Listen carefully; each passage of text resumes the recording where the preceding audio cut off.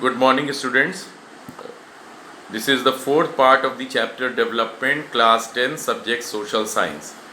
Student, I am starting from the page number 10 of your NCERT book. Your heading is Income and Other Criteria. Before I start this heading, student, let me remind you in the early section of this chapter, there was also a similar heading like Income and Other Goals.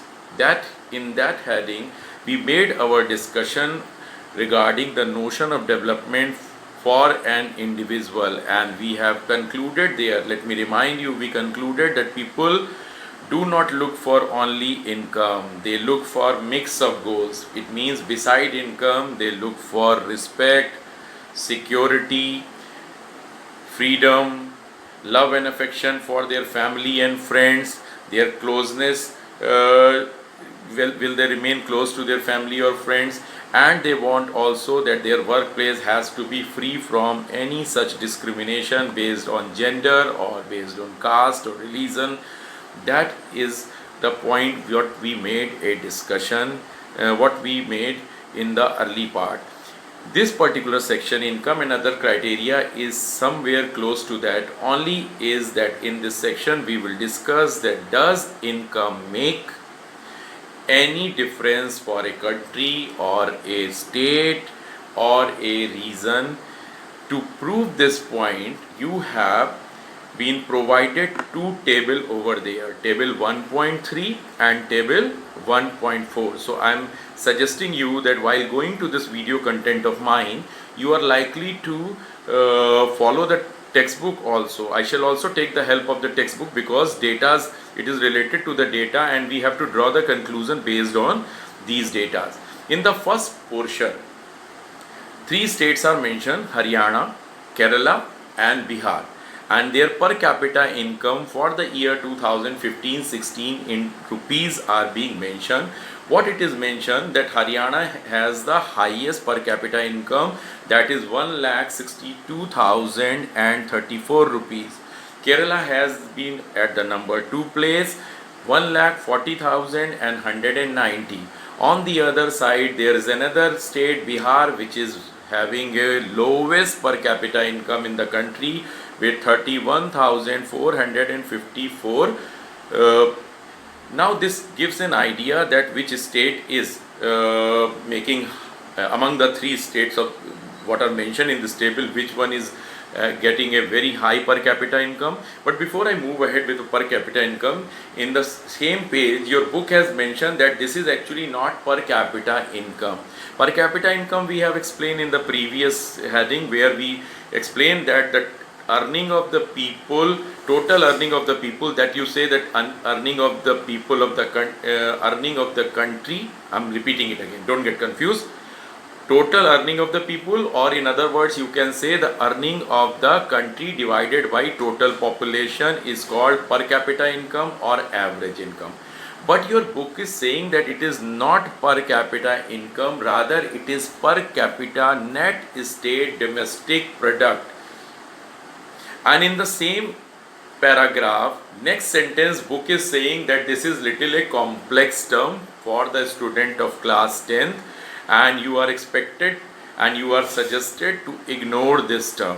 Student, why this is mentioned and why the book has asked you to ignore? Reason is, I made very in my first video I made the point clear that in class 9th and 10th we remain limited to the Indian economy. We don't go to the formulas and principles or things related to the data analysis in what is taking place in the class 11th onwards, what do take place for the classes 11. But let me explain you what this word actually means, because some of the intelligent students do ask questions in the class. Whenever I teach in the classroom, they ask. So let me tell you, per capita income is a word used in table 1.3, but actually it is per capita net state domestic product. You know what is GDP? In the previous in the previous part 3 or part 2, I don't remember exactly where, I mentioned that GDP and GNP are two words we shall discuss in chapter number 2 of class 10, that is sector of the Indian economy. GDP is nothing, what it means that what we are producing within the boundary of the country, and here domestic means in that particular state what people are producing. In other terms, you can say it is earning.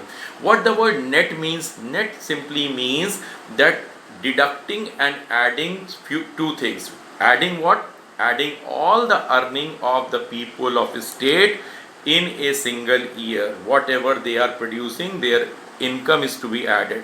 But at the same time, it is expected that in the same village there are few people who are not belonging to the state, so their earning cannot be added. That's what net means. And per capita, as it is already explained, that we are going to find an average. That word simply means per capita net state domestic product. But book is saying don't get into the any doubts regarding the word, because it is not something what shall be asked in the examination. I can guarantee you, book is itself saying you ignore this term, so you only assume that it is per capita income. Now with this table 1.3, another table 1.4 is mentioned, where again these three states are mentioned, and it is wanting to show you that based on per capita income, do we expect other criteria to be equally good or not. Before I move ahead, there are few new words introduced for you. So these three words are infant mortality rate, literacy rate, and net attendance ratio.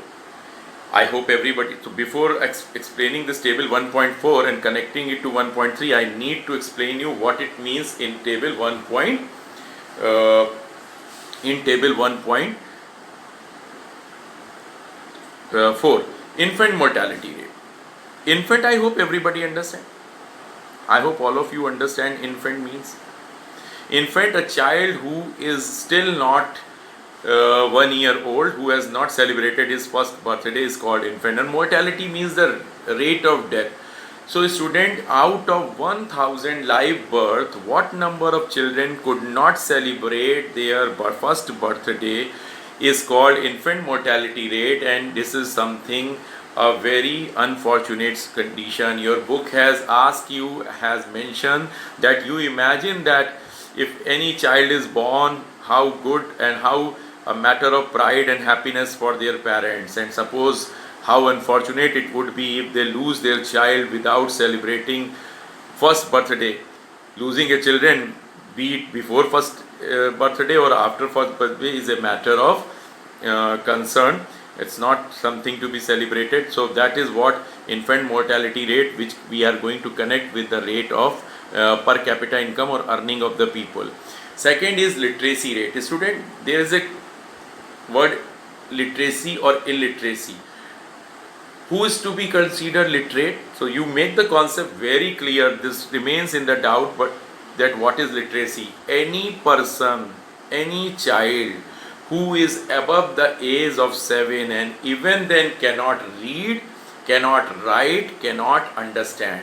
It means in this definition, age is equally important. You cannot say a child who is born yesterday, an infant. Will this ever happen that you go to hospital when you come to know that any of your relative there is a new birth has taken place, and going to the hospital and you pass a comment that look illiterate child has born. Every person who is born is illiterate, in that is a statement which is wrong. A child is not expected to, if he is or less than 7, he cannot be expected to read, write and understand everything. That's why there is a minimum age criteria. Now net attendance ratio is the third word. It means how many children in the age group of 14 and 15 are going and attending the school. That is the another level of consideration. Let me take you to this topic, that what table 1.4 is showing you. Table 1.4 is making the point clear for us. Let it read. In the table, it is mentioned in the data that, find out what the interesting fact. Haryana has infant mortality rate 33, which is higher than Kerala, but Bihar has the highest. So it shows. Similarly, take the literacy rate also. Haryana has 82%, but Kerala has higher, and Bihar is 62, which is lowest. And in net attendance ratio also we can say that Haryana is 61, Kerala is 83 and Bihar is lowest 43. So you can say that we can draw two conclusions. One conclusion, that if per capita income of any particular region or state is low, these crucial areas will also not be very good. Take the case of Bihar, where infant mortality rate is highest because there is a poor income. Their literacy rate is very poor. Literacy rate is only 62%. Net attendance ratio is very less because lack of power, lack of income resources force many children to leave the school and go to do some work and make some money. On the other side, we cannot draw the conclusion that if per capita income is higher, it is likely to be higher in other crucial area. Just opposite the case of Kerala. Kerala comes second in the per capita income category, but even then it is having a better record compared to Haryana in infant mortality rate. Only 10 to 12 children used to die out of 1000 live birth, which is remarkable. And Haryana has 2.5 times more than this in spite of highest per capita income. Literacy rate is also in Kerala is very high. Net attendance ratio is also very high. So it means we can draw one conclusion out of this, that that is actually mentioned, student, in your next part. Let me tell you, it is mentioned in the next part, public facility, that money cannot buy everything. Money in your pocket, it is written, read on the page number 11, money in your pocket cannot buy all the goods and services that you may need to live well. We are actually in the next heading, public facilities, we are extending the concept over here. A student, also in the previous section few things mentioned, that imagine that if you are belonging to the Bihar, if your school, suppose your Lucknow public school could be the part of state of Bihar, I can guarantee that more than 50% of you would not be watching this video of mine, because more than 50% of the student will not be attending or could not be attending the school there in Bihar. That is a pathetic condition. It is also mentioned that money factor also determine that what facilities are being generated for a student, for the girl student over there. All these area, the first heading, income and other criteria. Now I am concluding. Let me read it again.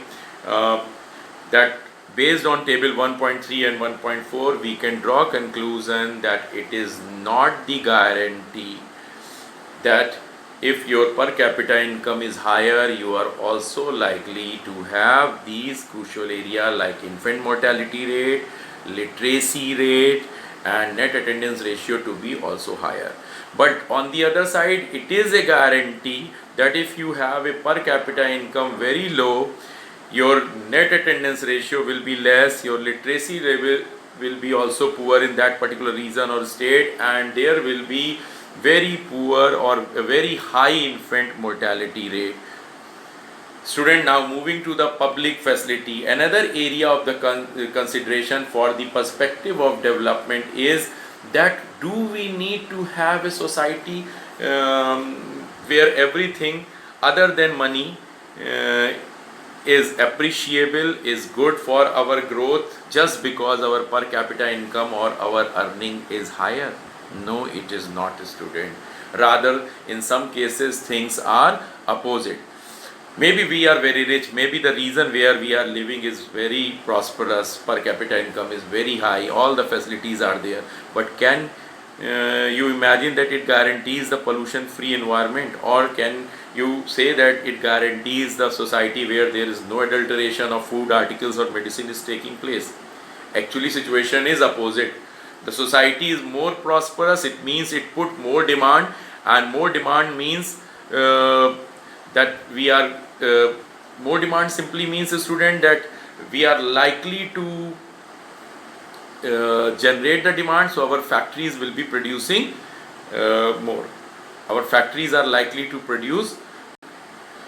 Student, very interesting fact written over here, that money may also not be able to protect you from infectious disease unless the whole of your community takes preventive steps. These particular lines are very relevant. Uh, Best example is, student, presently we are facing the situation of COVID-19 virus, which is causing concern for entire world.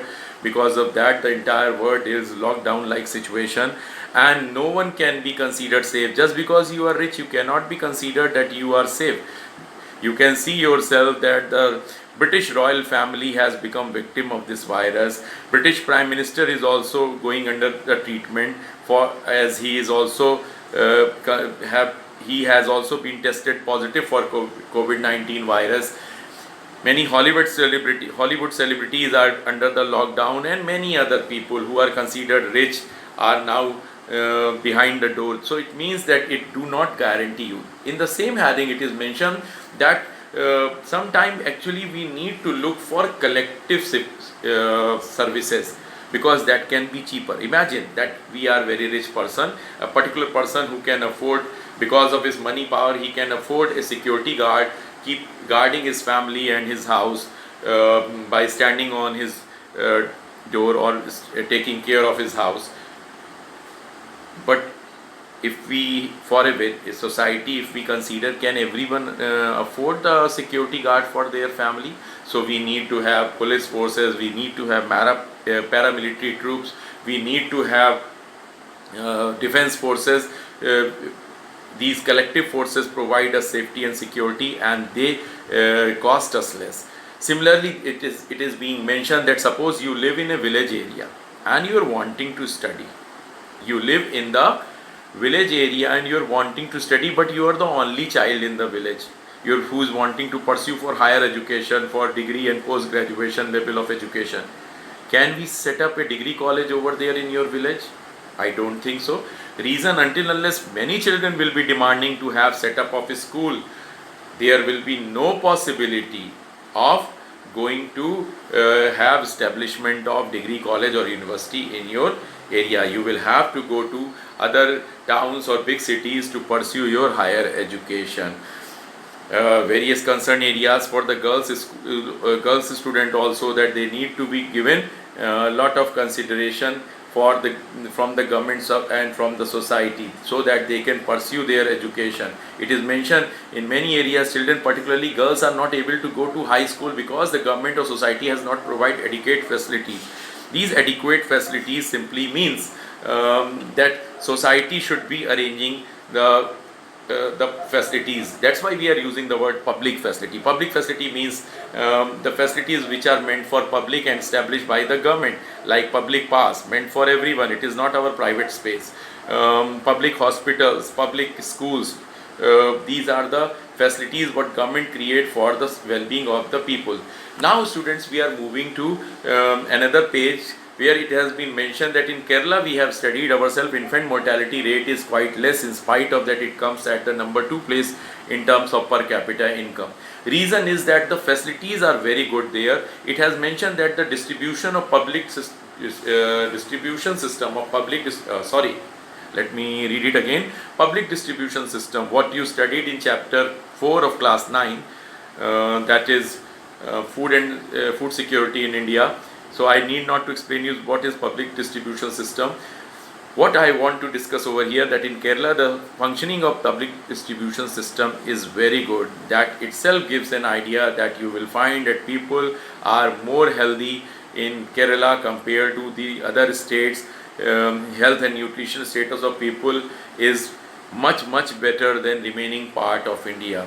That we have discussed. Now in your book, on this page you have a picture of public distribution shop, and based on public distribution shop, few questions are being asked. As I repeated earlier, that I am leaving this to you and your teacher to discuss in the classroom. Kindly go through the content. You will not require your teacher in the classroom. More of the questions you will be able to sort out. First question is based on table 1.3 and 1.4 already being explained. You draw the conclusion what are being asked. Then there is another activity along with, in which the table 1.5 is showing us educational achievement of rural population of Uttar Pradesh. That is written here that male and female literacy rate of rural population, male 76%, female 54%.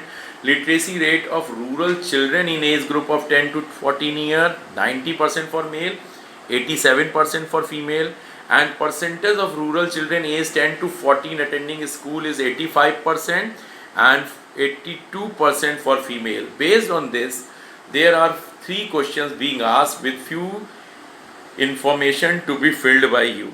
I know that you are the student of mathematics and you know how to calculate the percentage.